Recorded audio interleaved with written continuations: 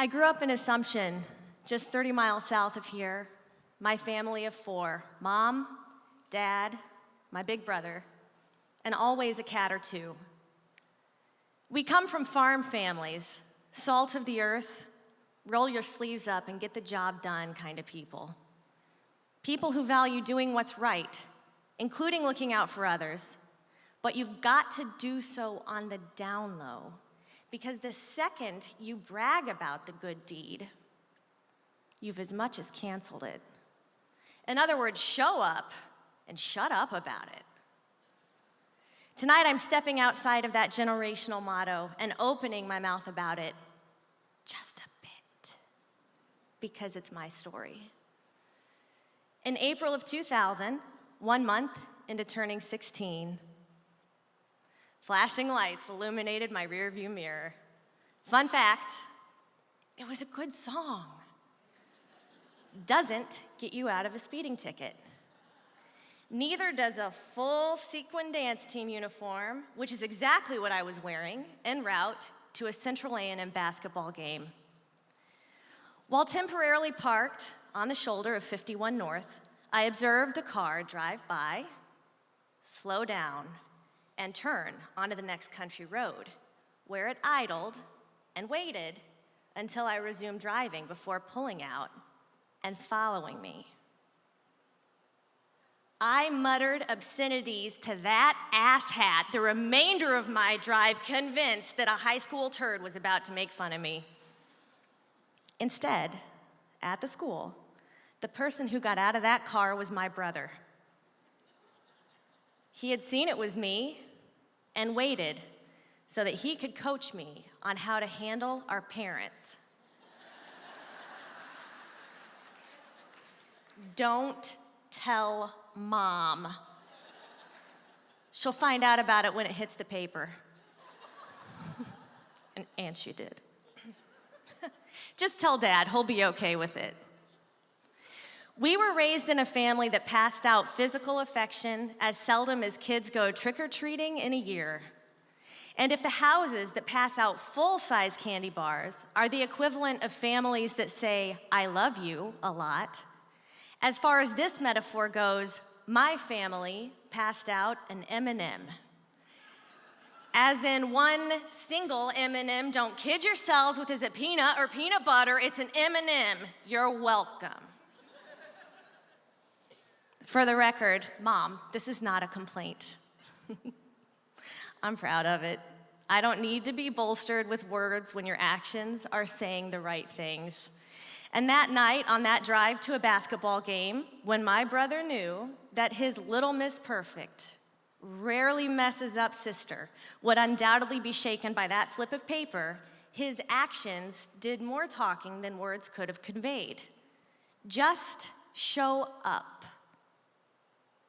Life mission unlocked. 10 short years later, when I was 26, our dad was killed in a car crash. A head-on collision caused by the other driver resulted in the instant death of both men. If you find that information shocking as a listener, I can assure you that the shock of living through it is even greater. 3 days following the accident, the funeral home line wrapped outside and around the block. For 4 hours, we stood shaking hands and hugging people we knew, people we didn't know, people in suits, others with canes, some holding babies. They stood and waited, regardless of comfortability or time, to pay their respects.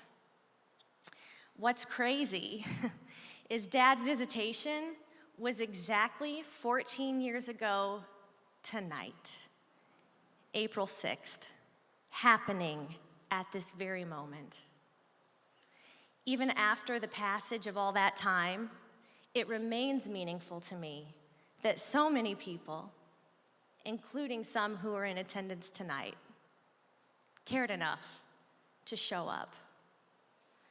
By 2016, crippling endometriosis was wrecking me monthly.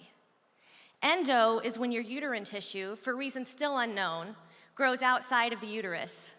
Every cycle that an egg is not fertilized, Uterine tissue sloughs off, resulting in a period. Do you think you could make it through a whole night without hearing about this?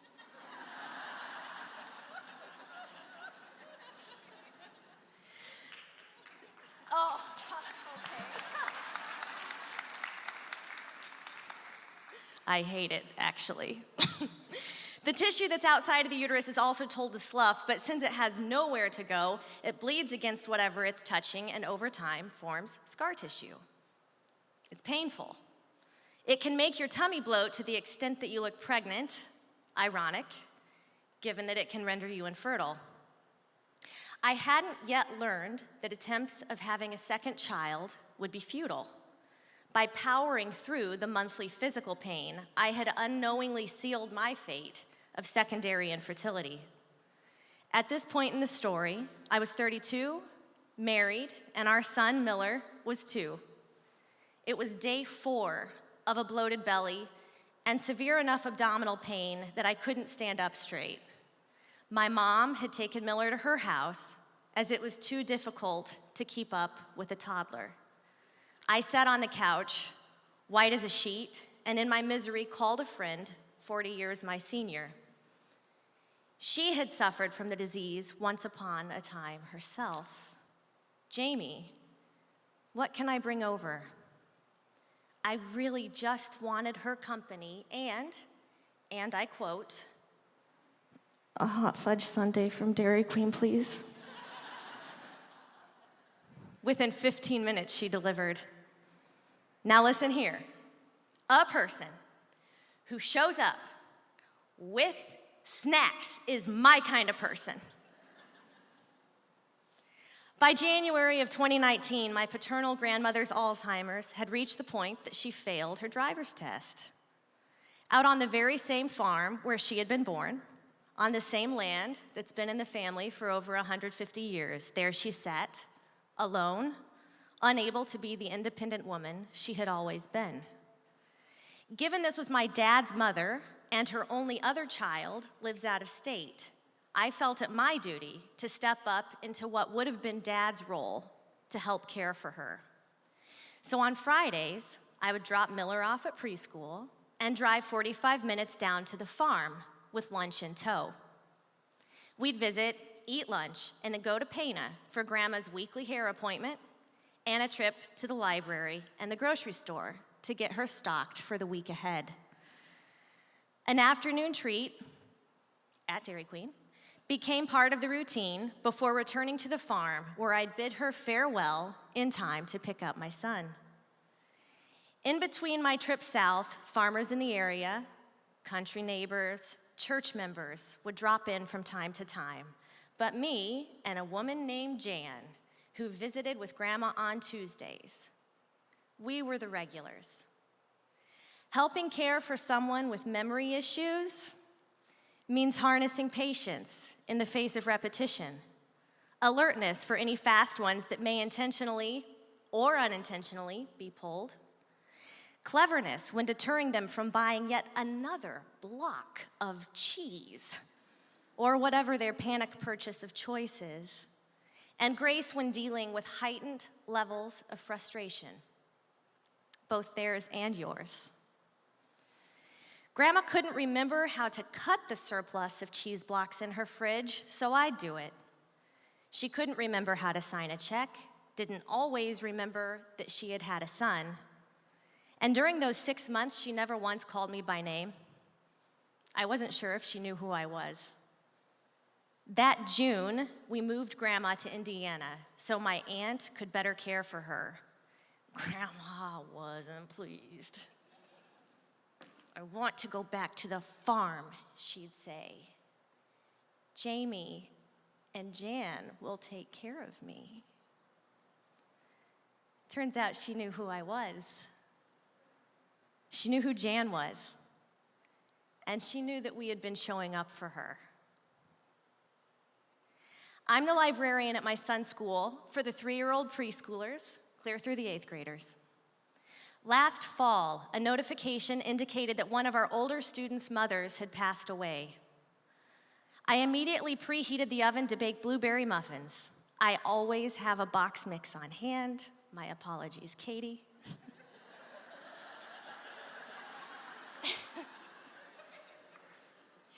And I know what it means to be showered with food upon losing a parent. Once cooled, I packed the muffins along with a card and drove to the student's house. She let me in, accepted the care package, and showed me to the backyard where her dad and much older sister were sitting in the rawness of fresh grief. After introductions and mentioning that I had brought muffins, the trio resumed their conversation about the previous 24 hours and the unexpectedness of it all. Toward the end of my visit, my student mentioned the muffins again, saying, "Mom loved blueberry muffins.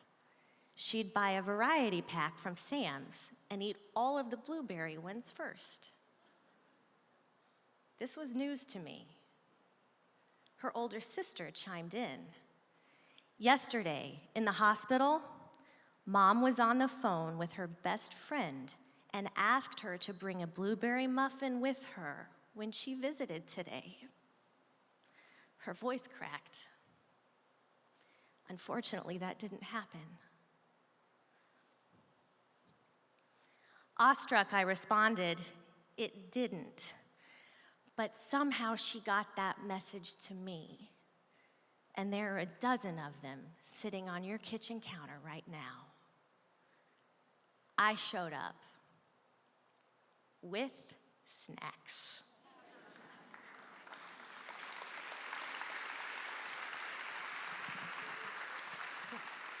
Down in front. Last August, when Natalie asked me to speak at That's What She Said, I had no way of knowing that within a couple of weeks, the bottom of my marriage would drop out. Oh, is right. I'd lay in bed at night wondering if I'd made a mistake saying yes to this, knowing that there'd be so much change between then and now. What would I talk about when everything else seems so insignificant in comparison? Would I really take the stage, knowing that I've been the topic of many "did you hear?" conversations and falsities? To not acknowledge this dissolution would feel disingenuous. It's been the forefront of my life for over half a year now. But I won't elaborate, because quite frankly, it's no one else's business.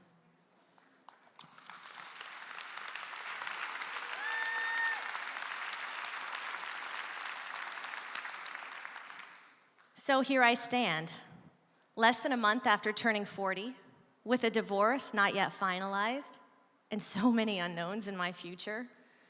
For all I know, you could be thinking, what in the heck is she doing standing up there? The nerve of her. Half the time, I think so. The answer is, I'm showing up. Yeah.